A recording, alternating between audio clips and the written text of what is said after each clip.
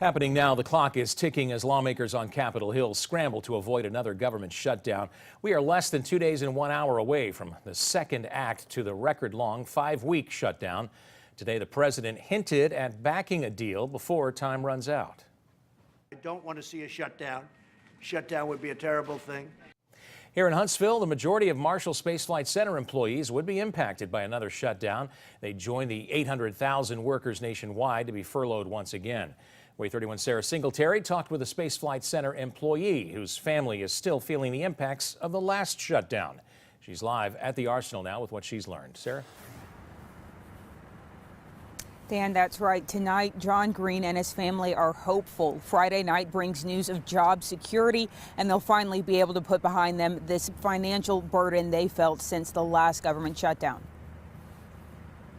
We're hoping, this week, with everything being signed, that we can get back to doing what we're used to doing. After spending weeks out of work while the federal government was shut down, John Green and his family were forced to adjust to a new normal. We've missed out on doing our routine activities and have really been scared to, spend money on things that were non-essential. And although he and his wife, whose job was also affected by the shutdown, are back at work, Green told me they're sticking to their new spending habits. Just for fear of we may not have a paycheck coming in. But this weekend, they're loosening the financial reins a bit and taking a family trip. Just because of the confidence we have that we'll continue to be able to work throughout the rest of the year. President Trump has made it clear he wants to avoid another shutdown. To make that happen, he'd have to sign off on an agreement that includes $1.375 billion for a border barrier. That's less than the $5.7 billion he originally demanded and less than the $1.6 billion included in the Senate proposal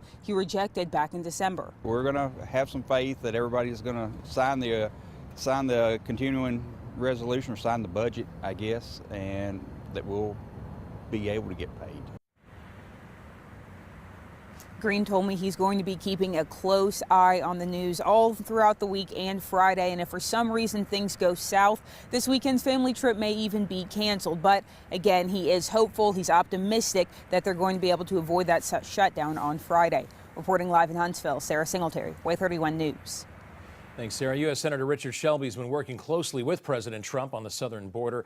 Just hours ago, the senator said in a tweet he spoke with the president and told him he signed the Homeland Security Conference report and that it's a down payment on his border wall.